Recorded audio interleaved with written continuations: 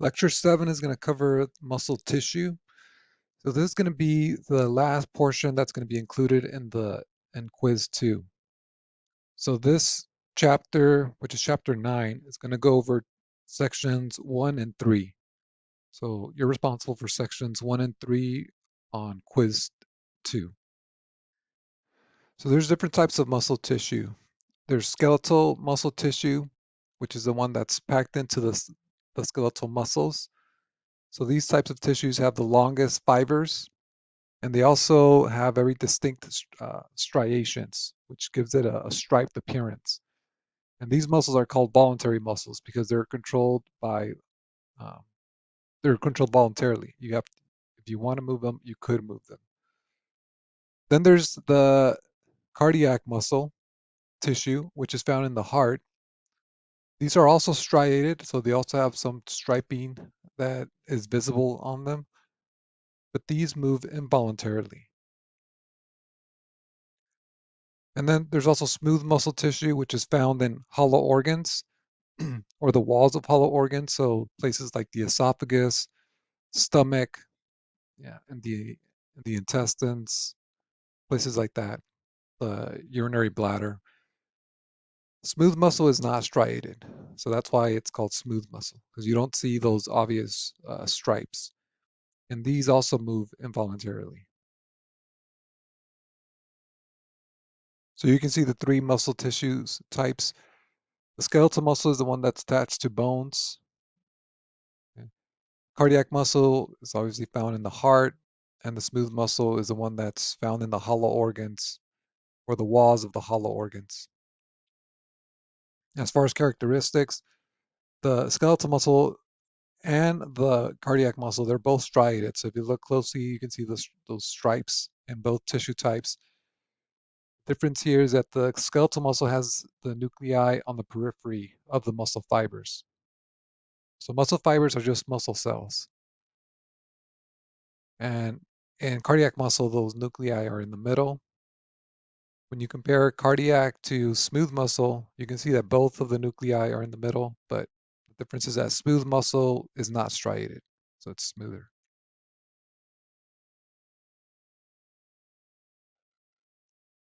The main functions of muscles is to produce movement,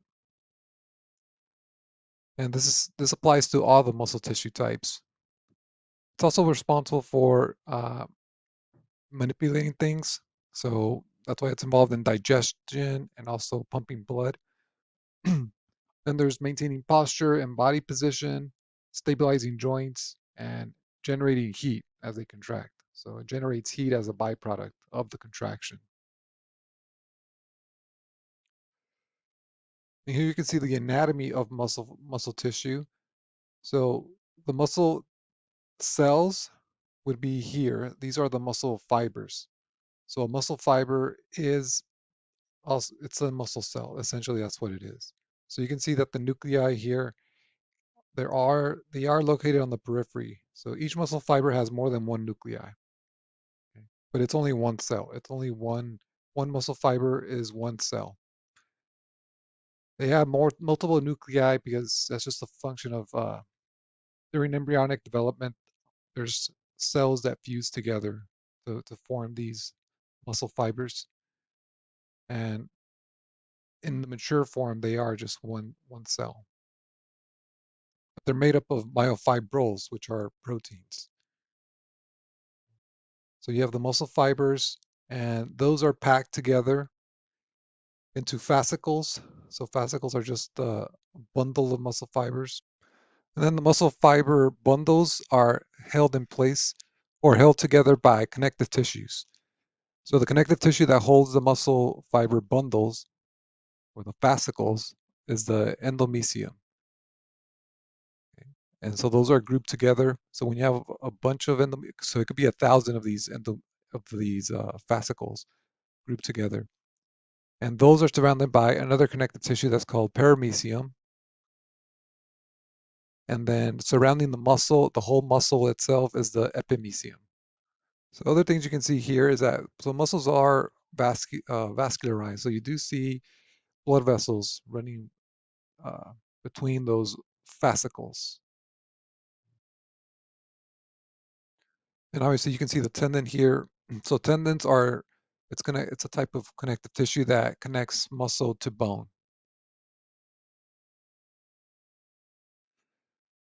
So focusing on the skeletal muscle fibers are going to be long and they're going to be cylindrically shaped. They're also going to contain multiple nuclei, as I mentioned, located in the periphery of the muscle. And they're going to have these modified organelles.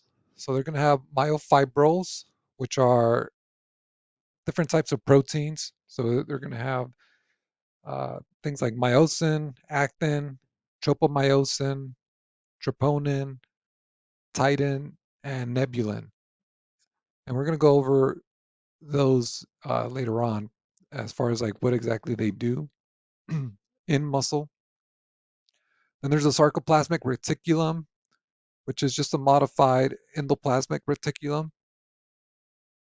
And this is a structure that contains calcium ions. So it controls the storage and the release of calcium ions, which play a role in muscle contraction. And then there's the T tubules.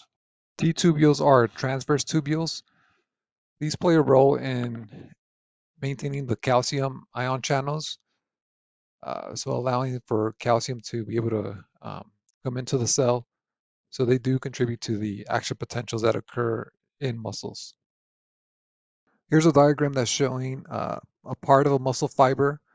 So you're able to see things like the myofibrils, which are the proteins that make up the cell. You can see the nuclei on the periphery, and you can see the striations. So the striations are caused by the dark A bands and the light I bands. And we'll see what exactly make those in the following slides.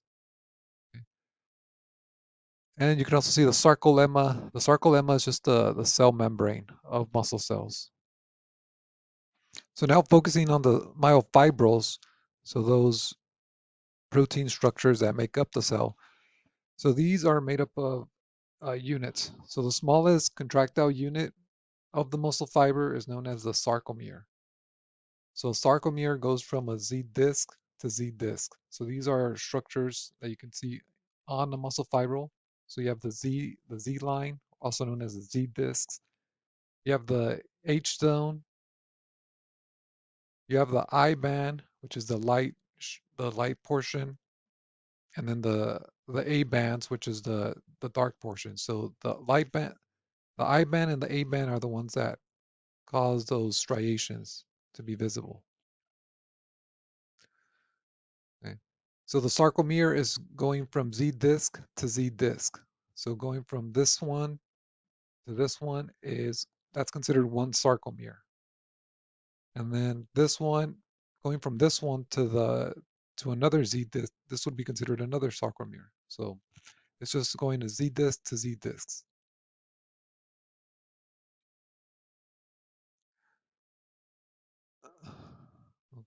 So for the quiz, I do want you to know the anatomy of a myofibril. So you have to know the different components to the myofibrils. The myosin filaments are also known as the thick filaments. So these are composed of the protein myosin. Myosin is made up of a globular head and also a rod-like tail. So during contraction, the heads are the ones that attach to the thin filaments and they form a cross bridge.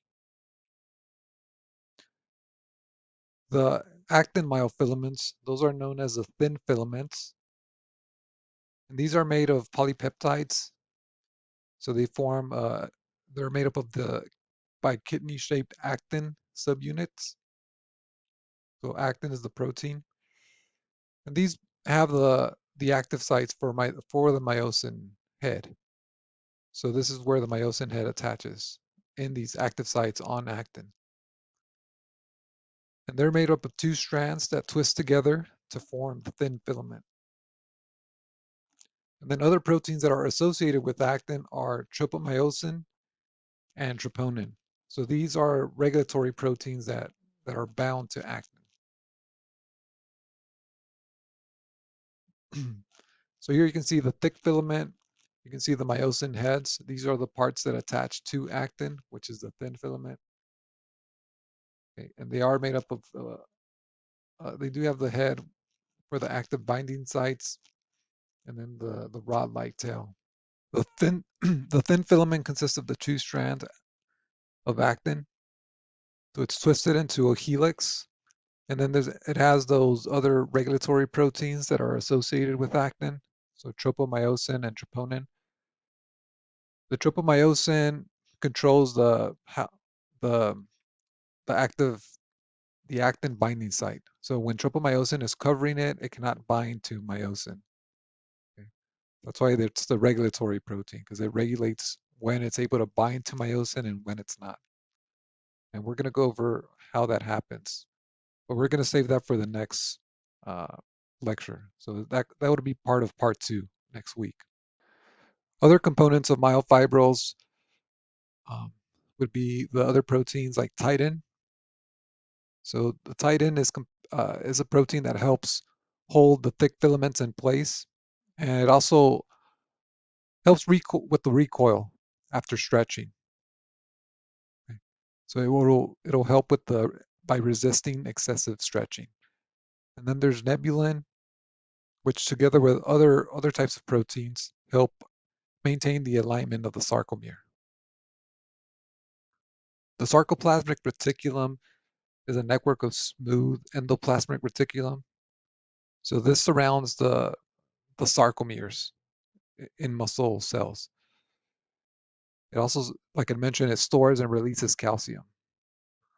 Some of the other structures that I mentioned, so there's the T-tubules that I said, that's where the action potentials run through. There's the terminal cisterns. Those are also structures that store and release calcium in response to action potentials. Um, and yeah, so here you can also see the different bands that I mentioned before. So remember the Z disc, that marks the end of the sarcomere. So only between the Z disc and Z disc, that that's the one sarcomere. So one way to remember that the Z disc marks the end of the sarcomere is because Z is the last letter of the alphabet. So Z is the last letter of the alphabet. It also marks the end of the sarcomere. So going from end to end, that's one sarcomere. The I band, that's the light portion of the striation. So if you remember that I, that there's light contains the letter I. So just remember that this is the light band. The light band is the I band. And then the A band has the letter A. Dark has the letter A also. So remember that the dark band is going to be the A band. And the M line, you can just remember that it's the middle line of the sarcomere. So right in the middle of the sarcomere, that's the M line. So in a relaxed state, the thin and thick filaments are going to overlap at the ends of the A band. So here's the A band. The thin filaments are the blue ones, and the thick filaments are the red ones. So in a relaxed state, they're gonna be slightly overlapped at the A band. The sliding filament model of contraction states that during contraction, the thin filaments are gonna slide past the thick filaments. So that's gonna cause actin and myosin to overlap even more.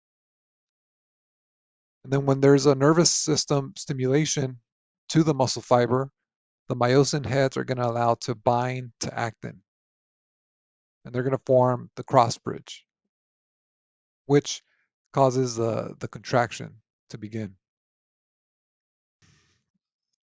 The cross bridge attachments form and break several times, so each time pulling the thin filaments closer to the center of the sarcomere.